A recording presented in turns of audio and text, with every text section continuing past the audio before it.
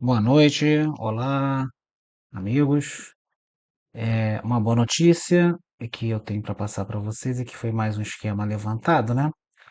Se vocês forem aqui no Drive, né, do curso de Pinball no YouTube, tem aqui um novo esquema.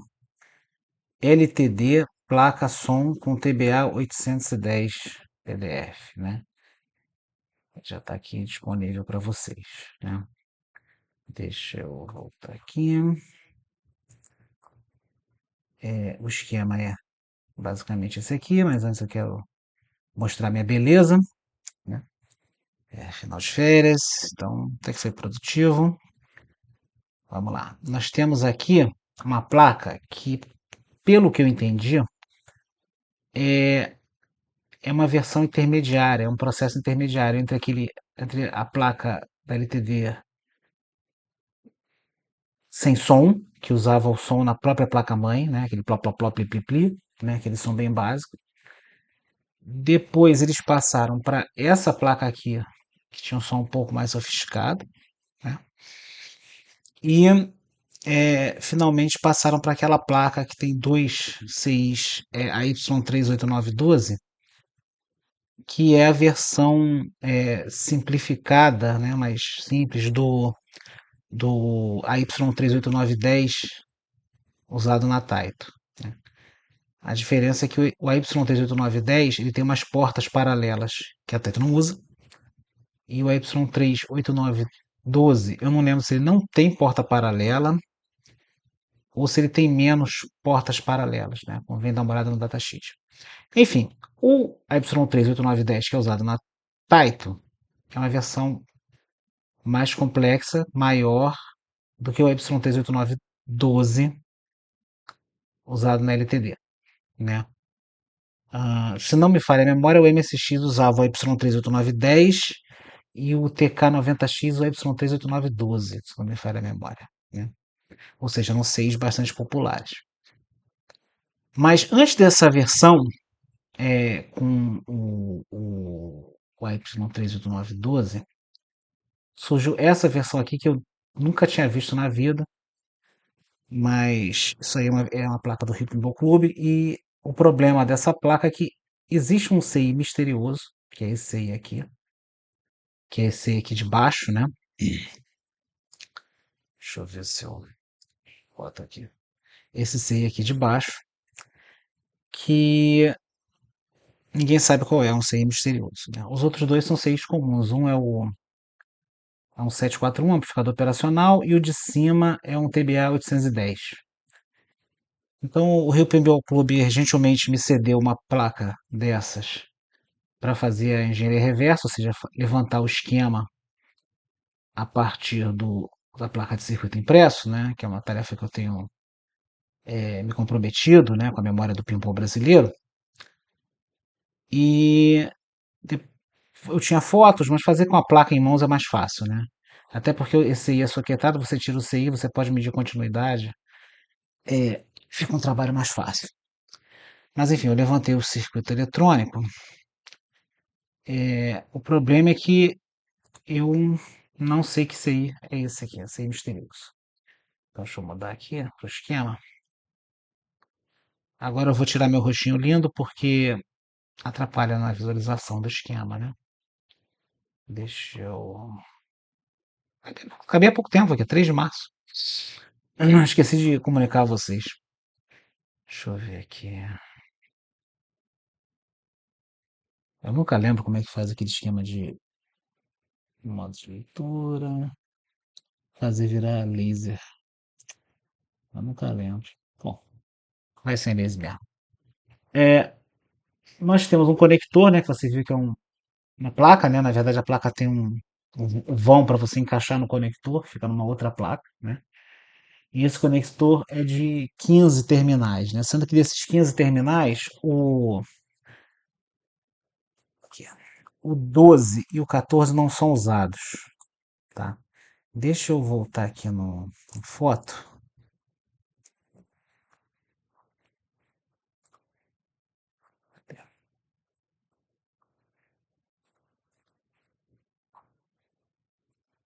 É esse conector aqui. Deixa eu tirar aqui meu rosto aqui, peraí. É esse conector aqui. Então dá para ver, tem dois conectores aqui que estão com uma face simples, né? Então só pode ser sem destino, então não estão sendo usados. Então os outros 13 estão sendo usados. Sendo que o Terra foi usado um terminal duplo, tá vendo aqui? Então esse aqui é o Terra. Estou usando um terminal duplo. Deixa eu voltar aqui no Acrobat. Então nós temos aqui o 12 e o 14 não conectado, o 3, 13 e o 2, 3 e o 2 para a Terra, né? Então, essa placa foi realmente relativamente fácil de levantar o circuito, porque ela é fácil e simples, né? E tem CIs uma configuração bastante conhecida, né? Para você ver, esse aqui é o TBA 120AS, é um CI de uns 5 watts, muito usado nos anos, início dos anos 80, né?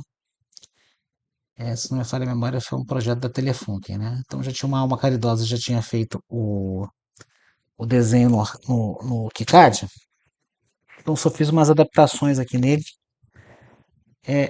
O esquema elétrico é basicamente a cópia do, do circuito sugerido pelo fabricante. Então, no datasheet do fabricante tem um circuito sugerido. É basicamente a cópia desse circuito. Eu acho que só mudou esse resistor aqui e esse capacitor, ou um outro capacitor. Mas o resto, até os valores do capacitor, dos capacitores e dos resistores estavam iguais, tá? Acho que só mudou esse aqui e esse aqui, se não me falha a memória, né? Então o sinal chega por aqui, pelo pino 8, sai pelo pino 12, que é a saída de potência, né? Passa pelo capacitor de passagem, né? Desacoplamento, e sai pelo pino 1 aqui. Aí deve ir para o alto-falante lá do pinball, tá? Do pinball da ETB, né?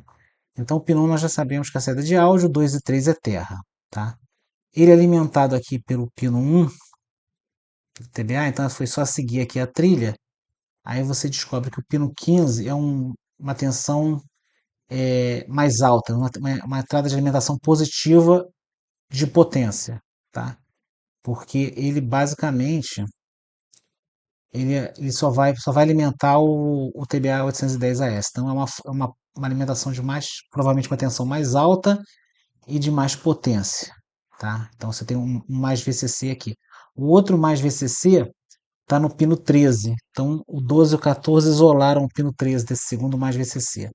Esse segundo mais VCC vai alimentar o amplificador operacional aqui, tá vendo? E vai alimentar, ó, por aqui, o CI misterioso. Ah, não, por aqui, ó. Ele vem por aqui,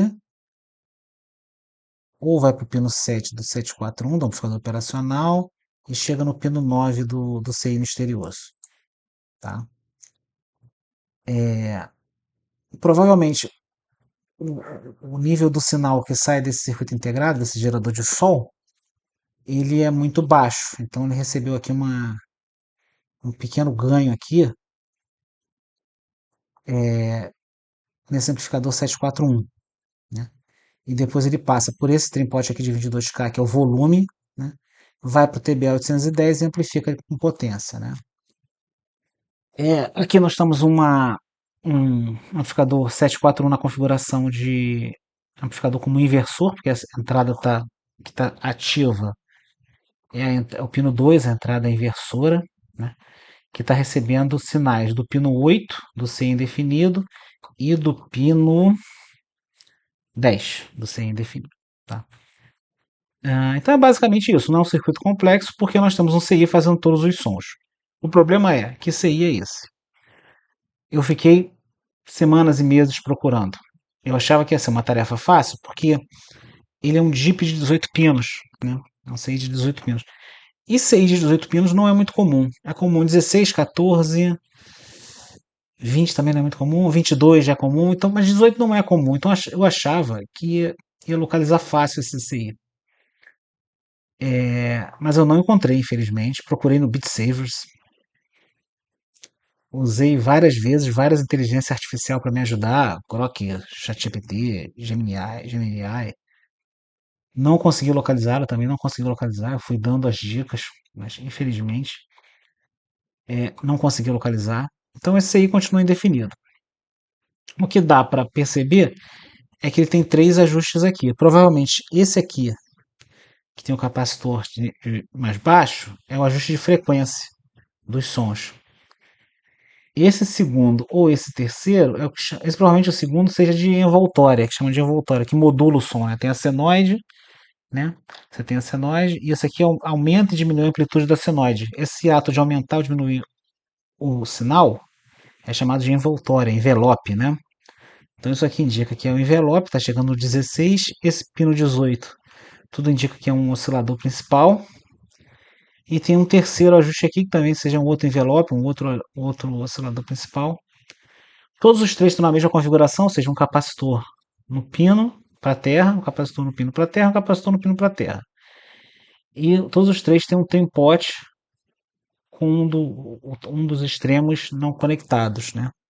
Então isso aqui forma uma rede RC, outra rede RC, outra rede RC. No mais, a gente não tem informação desse CI. O que está escrito no CI é um nome qualquer. A gente acha que esse negócio de CI pirata, CI misterioso, CI falsificado é coisa nova, mas isso aqui é prova que é uma coisa antiga, que é um fenômeno antigo. Particularmente, eu acho que isso aí era um CI usado em algum brinquedo que os fabricantes lá que um fabricante da Ásia fabricava esse CI para aquelas produções em massa de brinquedos com som, que era muito comum nos anos 80, nos anos 90. E a LTD comprou um lote desses circuitos integrados, botou e não tem documentação técnica, o fabricante deve ter mandado o datasheet dele, mas esse datasheet não é, se tem não é público, se existe não é público. Talvez nem tenha mandado o datasheet, talvez tenha mandado amostras e uma folha de dados dizendo como é que deve montar o circuito, né? Bota o resistor aqui, bota o capacitor aqui. Aí o pessoal da LTD foi testando, funcionou, barato, e botaram nas máquinas. Melhorava muito o som com relação à tecnologia anterior e botou nas máquinas, né? O que também nós sabemos é o seguinte, tem entradas que aparentemente são entradas de dados, tá? São nos pinos 4, 5, 6 e 7 do conector, 8, 9, 10 e 11, que vão respectivamente para os pinos 2, 3, 4 e 5 e 14, 13, 12 e 11. Sendo que entre o 9 e o 11 tem um circuito RC aqui em paralelo, né? Mas esse 9 é a alimentação. Então, no pino 11, que aparentemente é um pino de dados, né? Chegando dados, ele é diferente dos demais 12, 13, 14 e 5, 4, 3 e 2, porque ele tem essa rede RC aqui. Como é um CI misterioso, a gente não sabe exatamente o que esses 8 pinos aqui estão fazendo, o que estão recebendo dados em paralelo, são programáveis, se é alguma programação, se é para configurar aqui dentro, tem que configurar registros. Infelizmente, se alguém souber que CI é esse, tinha um boato que era um tal de SSM 2045, se não me falha a memória. Mas não está batendo a pinagem. A pinagem, se você olha a pinagem de alimentação e terra, não está batendo. Aí, se não está batendo alimentação e terra, é porque tem alguma coisa estranha mesmo, né? Uma coisa que é bem estranha nesse CI é que ele tem entrada de terra no pino 1, meio fora do comum, né? E entrada de VCC no pino 9. Também é uma coisa comum. Normalmente eles colocam no diagonal, para evitar justamente para evitar problemas na hora de fazer a placa de circuito impresso. Eles colocam na diagonal. Então o mais esperado seria que fosse o 10, o mais VCC e o 1 terra, ou o 1 mais VCC e o 10 terra. Isso aí também é bastante comum. O pino 1 ser mais VCC e o pino 10 ser terra. Mas estar do mesmo lado não é muito comum, porque o senso comum na época que atrapalhava a fabricar a placa, né? Na hora de fazer a placa de circuito impresso, atrapalhava um pouco, né? Mas é isso, gente. Então, infelizmente, você sei que se você não souber que isso aí é esse, eu não sei. Se alguém aí que está vendo esse vídeo souber, me fale nos comentários, por favor. Mas o fato é o seguinte: se queimar esse CI aqui, já era a placa.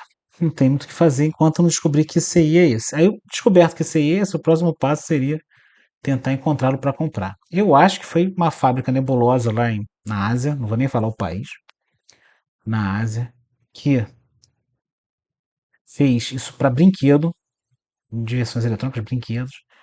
Tinha um lote sobrando, um lote que o pessoal da LTD se interessou, de alguma forma chegou na mão da engenharia da LTD.